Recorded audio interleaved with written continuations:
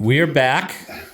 We may have some other interruptions as things go on here, but so you left off with your freestyle career, and then where did you go from there? Well, kind of nowhere. I was kind of in limbo. I was still skiing. But real quickly, the biggest thing that happened to me is this guy, a friend of mine, left Incline Golf Course, which is kind of famous golf. And he said, John, you ought to take that position I had. And I said, well, let me go up and apply. They gave me the job. I became a golf pro at Incline Village Golf Course, okay? And I got after 4 years working, I got my Class A card. And I was more focused on golfing than skiing. At that time. But this guy in Sunny River, Maine, Les Otten and Bill Jensen. Otten, that sounds familiar. Two famous people in the ski business, okay? He owned Sugarbush, I think, at some point. He owned Sugarbush, but I'll think of the area that they're on, but they staged what they call the Legends of Freestyle, okay? Okay. So they went and got, supposedly they're going to get 16 legends, and we're going to have a dual event, dual competition. They ended up doing 3 of them, and I got 2 seconds, 2 second place finishes against most of the legends who were younger than I was. But how old were you at this time? Oh, this is when I was 34, okay. 35, something like that. Okay. But when I got invited to do it, I wanted to train. I wanted to perform well. So I was living in Lake Tahoe, Heavenly Valley, and I'd go up and I ski on this bottom run. It was an intermediate run. And I remember a guy named Egon Zimmerman. I met him during my freestyle career, and he was making turns as slow as he could possibly make them. I said, "What are you doing? You got a race today?" They had the pro racing going on.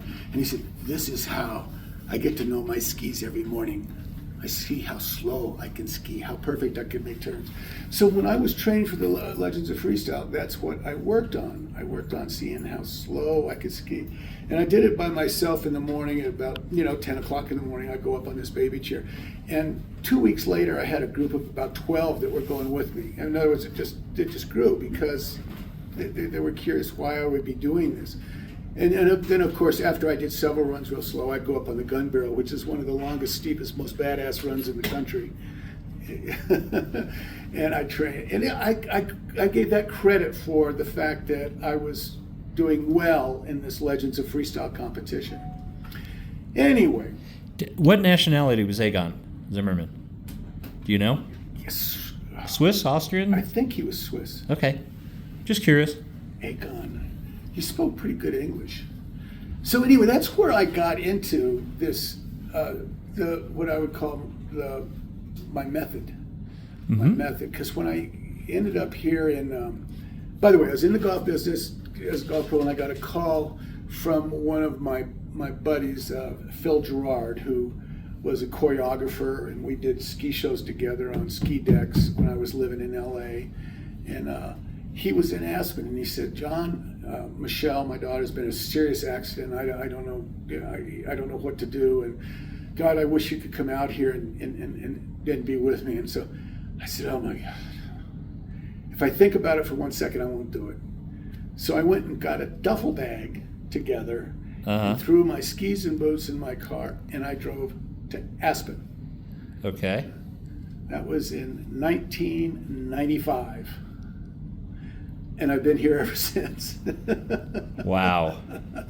I quit the golf business. I got my Class A certification in golf, and I've never been involved in the golf business since. Okay. So here I am in Aspen. Do you play for fun? Yeah. Okay, good. Yeah, I still love to play golf. Yeah. And Phil had 2 of these here in Aspen.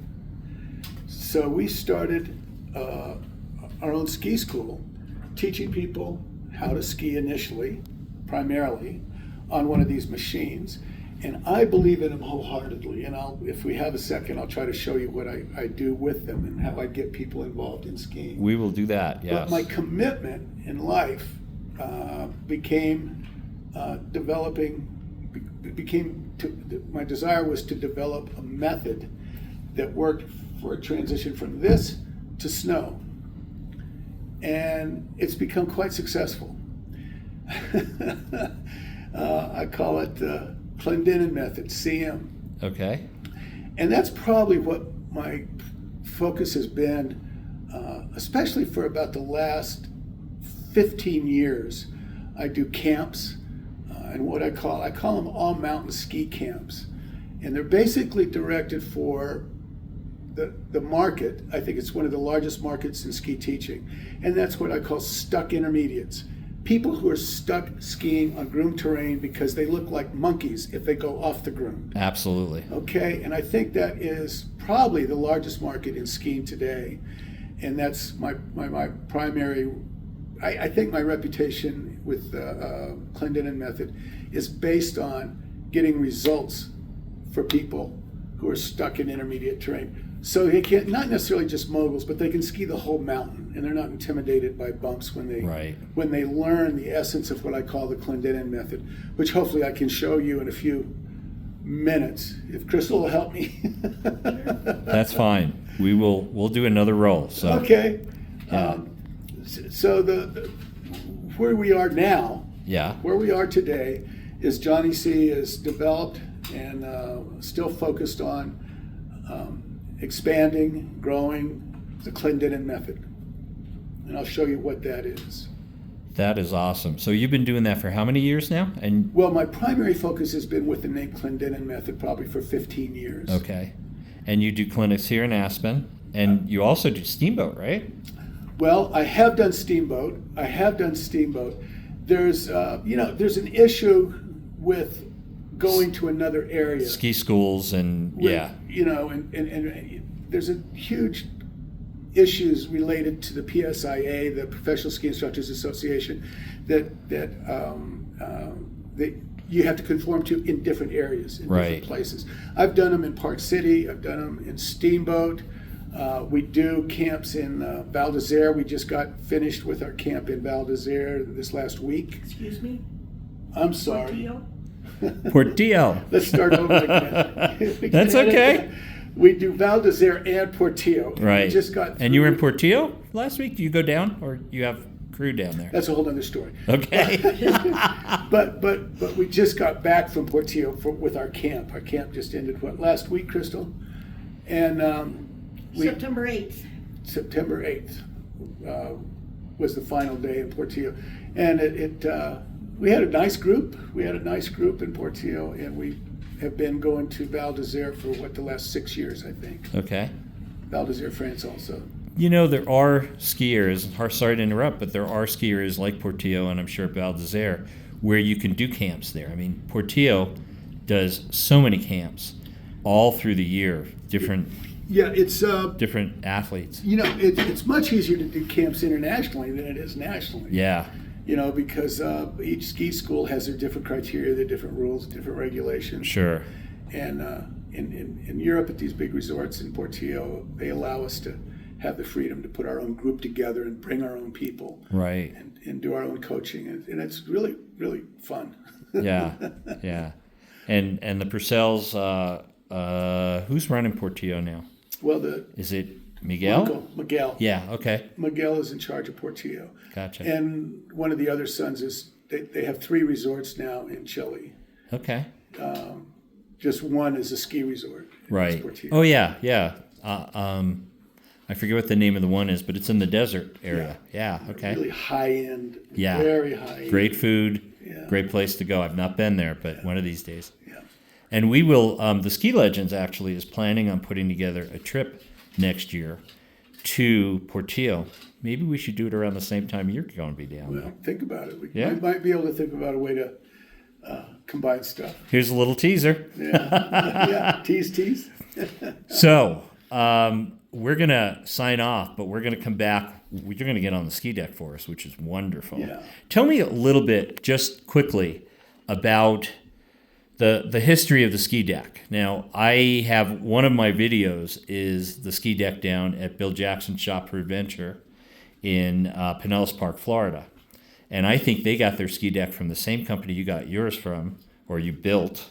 Tell me your behind the scenes of the ski deck and your interaction with it. Try to give you a real quick story. Okay, because this could go on a long time. I shared with you that I was at Northwood Prep School, and my father retired from the Air Force, and we moved to L.A., and I pretty much just gave up on skiing, and I had career ambitions to be a great racer, from Northwood and stuff.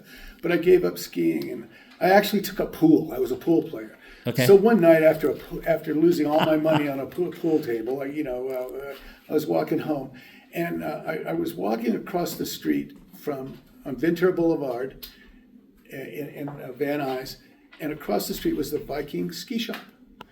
And as I was walking across the street, I saw these lights lit up in the back of the Viking ski shop. Uh-huh. And I heard this music coming in, and there was a bunch of people standing around in the alley back in the back of it behind the shop. Right. I said, So I crossed the street, and I've got my pool cue and everything. And I walk, and when I walk around the corner of the building, what I see changed my life. What I saw absolutely changed my life. And it was all lit up, and here was this guy on this giant revolving carpet dancing to Herb Alpert's Tijuana Taxi. And he was to the beat. He was to the beat. I'm going, what is this? This is incredible. Right. This is amazing. That is the original ski deck. Every ski revolving carpet stemmed from that experience in 1965. From that machine behind the ski shop. 1965. Okay. So did they start building them?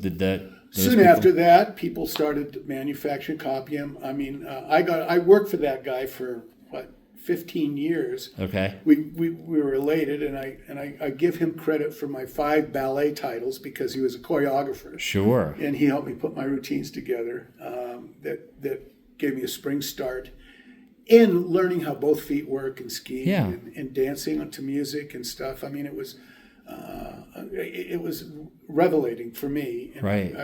I'm still nostalgic about the very beginning of what I call freestyle skiing. Yeah.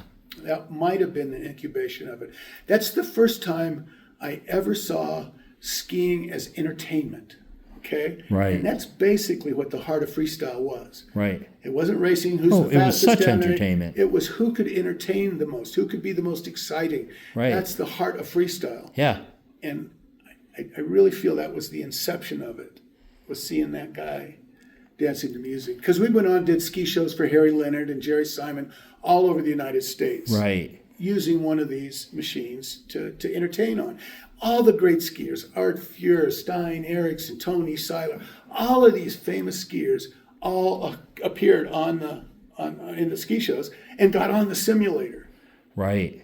They didn't like me getting on when they were on it because I was better than them on it. That's true. Art Fuhr said, don't let that guy John Clendenin perform before I do. Don't let him get on the simulator. I can't imagine how many people that saw those ski shows went skiing.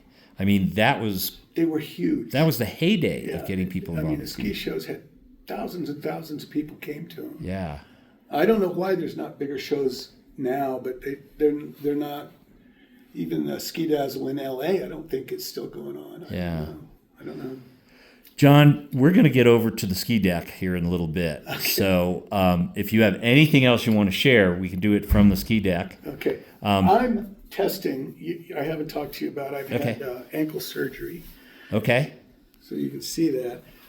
This is from my torrid past. I had an ankle replacement, and then there was nerve damage. And so we're going to test it today. Okay. Well, see if I can ski on it. Thank you for letting me be here and do something with it. So we're going to sign off for a few minutes, and then we'll be right back. Stay tuned. Thanks.